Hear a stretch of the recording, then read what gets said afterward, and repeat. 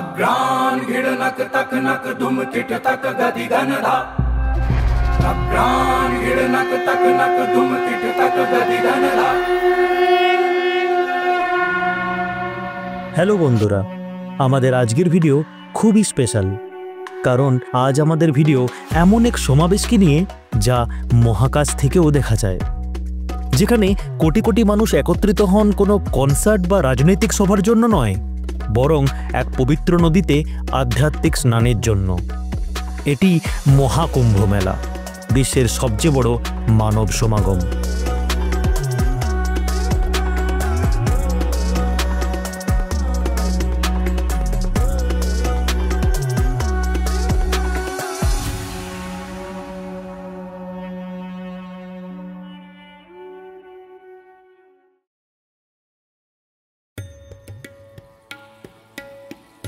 কিন্তু এই বিশাল উৎসবের বাইরেও আছে কিছু লুকোনো ইতিহাস, কিছু বিস্ময়কর তথ্য যা অনেকেরই অজানা। চলুন আজ আমরা আপনাদের জানাবো মহাকুম্ভ সম্পর্কে এমন কিছু রহস্য নিয়ে যা শুনে আপনিও অবাক হয়ে যাবেন। তাহলে আর দেরি না করে চলুন শুরু করা যাক আমাদের আজকের এই নিবেদন। মহাকুম্ভের সময় নির্ধারণ কি কেবল পৌরাণিক কাহিনী? একেবারেই নয়, এটি পুরোপুরি জ্যোতির্বিদ্যার উপর ভিত্তি করে করা হয়। যখন বৃহস্পতি কুম্ভ রাশিতে প্রবেশ করে এবং সূর্য মেষ রাশিতে আসে, তখনই প্রয়াগরাজে মহাকুম্ভ অনুষ্ঠিত হয়। অন্যান্য স্থানেও নির্দিষ্ট গ্রহ ও নক্ষত্রের অবস্থানের উপর নির্ভর করে এই কুম্ভ মেলা আয়োজিত হয়ে থাকে, কিন্তু সবচেয়ে বিরল কুম্ভ হল মহাকুম্ভ, যা প্রতি 144 বছর অন্তর একবারই হয়।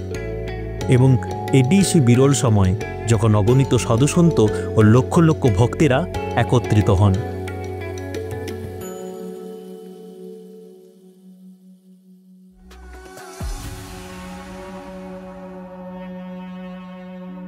ব্রিটিশেরা কুম্ভমেলা বন্ধ করতে চেয়েছিল। হ্যাঁ, আপনারা শুনলে অবাক হবেন, 1826 সালে হরিদ্বার এক বিশাল পদদলিত হওয়ার দুর্ঘটনার জন্য ব্রিটিশ সরকার চেয়েছিল কুম্ভমেলা পুরোপুরি বন্ধ হয়ে যাক। It was on that day that about 4 million Hindus rushed to the water's edge in a panic, trampling more than 400 men and women to death. তারা আসলে মনে করেছিল এত বড় সমাবেশ জননিরাপত্তার জন্য হুমকি, কিন্তু যখন তারা বুঝতে পারে কুম্ভমেলা ভারতীয় সংস্কৃতির গভীর শিকড়ের সঙ্গে যুক্ত, তখন তারা এটিকে নিয়ন্ত্রণের জন্য আধুনিক জনসমাবেশ ব্যবস্থাপনা চালু করে, যা আজকের কুম্ভের সুশৃঙ্খল ব্যবস্থার এক মূল ভিত্তি। মহাকুম্ভ একটি অস্থায়ী শহর যা অনেক দেশের চেয়েও বড়। মহাকুম্ভ মেলার সময় প্রয়াগরাজে যে অস্থায়ী শহর গড়ে ওঠে তা ভ্যাটিকান সিটি বা মোনাকোর মতো দেশের থেকেও অনেক বড়। এখানে নিজস্ব হাসপাতাল, পুলিশ স্টেশন, ফায়ার ব্রিগেড, বাজার, এমনকি নিজস্ব পোস্টাল কোড পর্যন্ত হয়ে থাকে। মেলা শেষে এই শহর কিন্তু সম্পূর্ণভাবে অদৃশ্য হয়ে যায়, যেন কোনোদিনও ছিল না। কুম্ভমেলার সবথেকে আকর্ষণীয় দৃশ্য কি বলুন তো?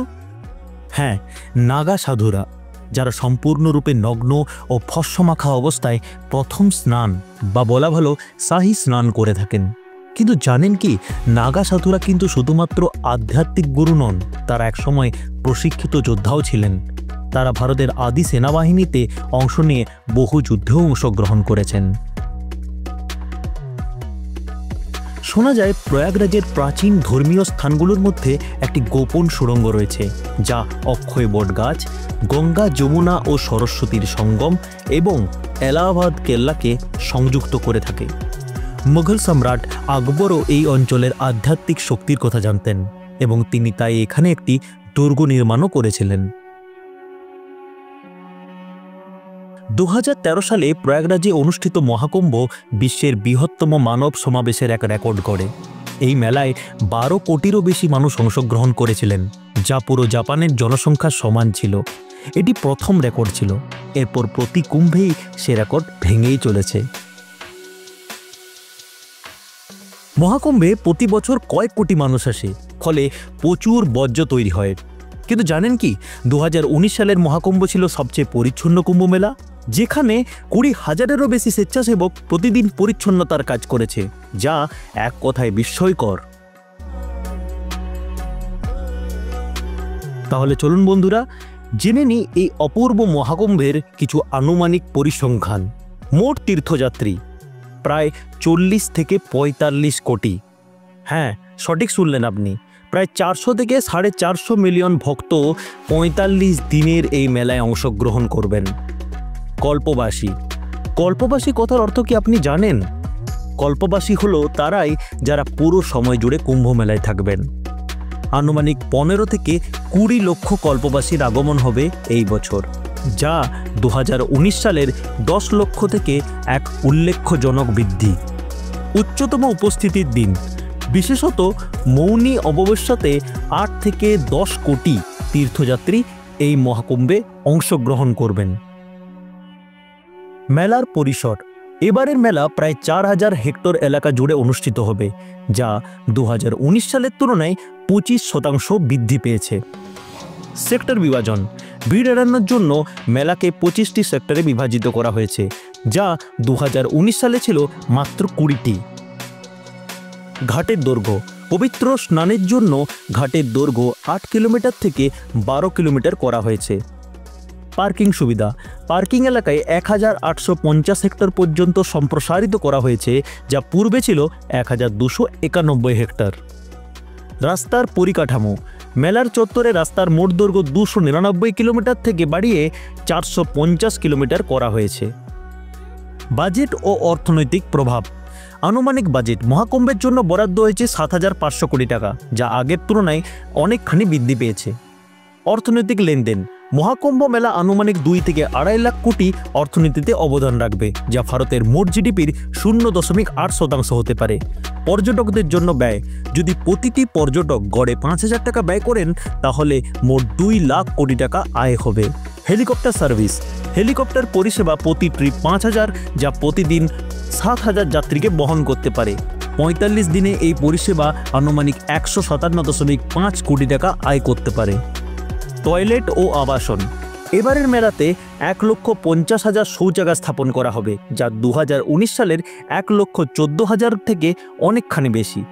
নিরাপত্তা কর্মী, প্রায় 45,000-এরও বেশি পুলিশকর্মী ও 55টিরও বেশি থানা এই মহাকুম্ভে মোতায়েন থাকবে।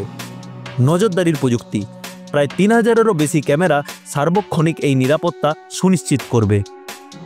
কিন্তু এত কিছু ব্যবস্থা করা সত্ত্বেও বেশ কিছু দুঃখজনক ঘটনা ঘটেছে, যেমন ডিআইজি বৈভব কৃষ্ণা জানিয়েছেন 29 জানুয়ারি প্রয়াগরাজের মহাকুম্ভ মেলায় পদদলিত হয়ে অন্তত 30 জনের মৃত্যু ও 60 জন আহত হয়েছে। তিনি আরও জানিয়েছেন এই বিশাল জনসমুদ্র ব্যারিকেড ভেঙে ফেললে এই দুর্ঘটনাটি ঘটেছে। কিন্তু দুঃখজনক ঘটনা সত্ত্বেও আধ্যাত্মিকতার এই মহাসম্মেলন আক্ষরিক অর্থেই দৈবিক। দূর দূরান্ত থেকে মানুষ ছুটে আসে ঈশ্বরের খোঁজে, আধ্যাত্মিকতার খোঁজে ও সর্বোপরি শান্তির খোঁজে। তাই সে একজন বাল ব্রহ্মচারী হোক কি একজন সাংসারিক মানুষ, সবাই হরিহর আত্মা হয়ে ওঠেন এই পবিত্র ভূমিতে। আজকের মতো প্রিজম বাংলার এই মহাকুম্ভ স্পেশাল ভিডিও এত দূরই। আপনারা আপনাদের মতামত জানান আমাদের কমেন্ট বক্সে। আপনাদের ভালোবাসাই আমাদের এগিয়ে যাওয়ার অনুপ্রেরণা। তাই প্লিজ এই প্রয়াস ভালো লেগে থাকলে আপনার ফ্যামিলি ও বন্ধু বান্ধবদের মধ্যে শেয়ার করুন। ভালো থাকবেন, সুস্থ থাকবেন আর জুড়ে থাকবেন প্রিজম বাংলার সাথে।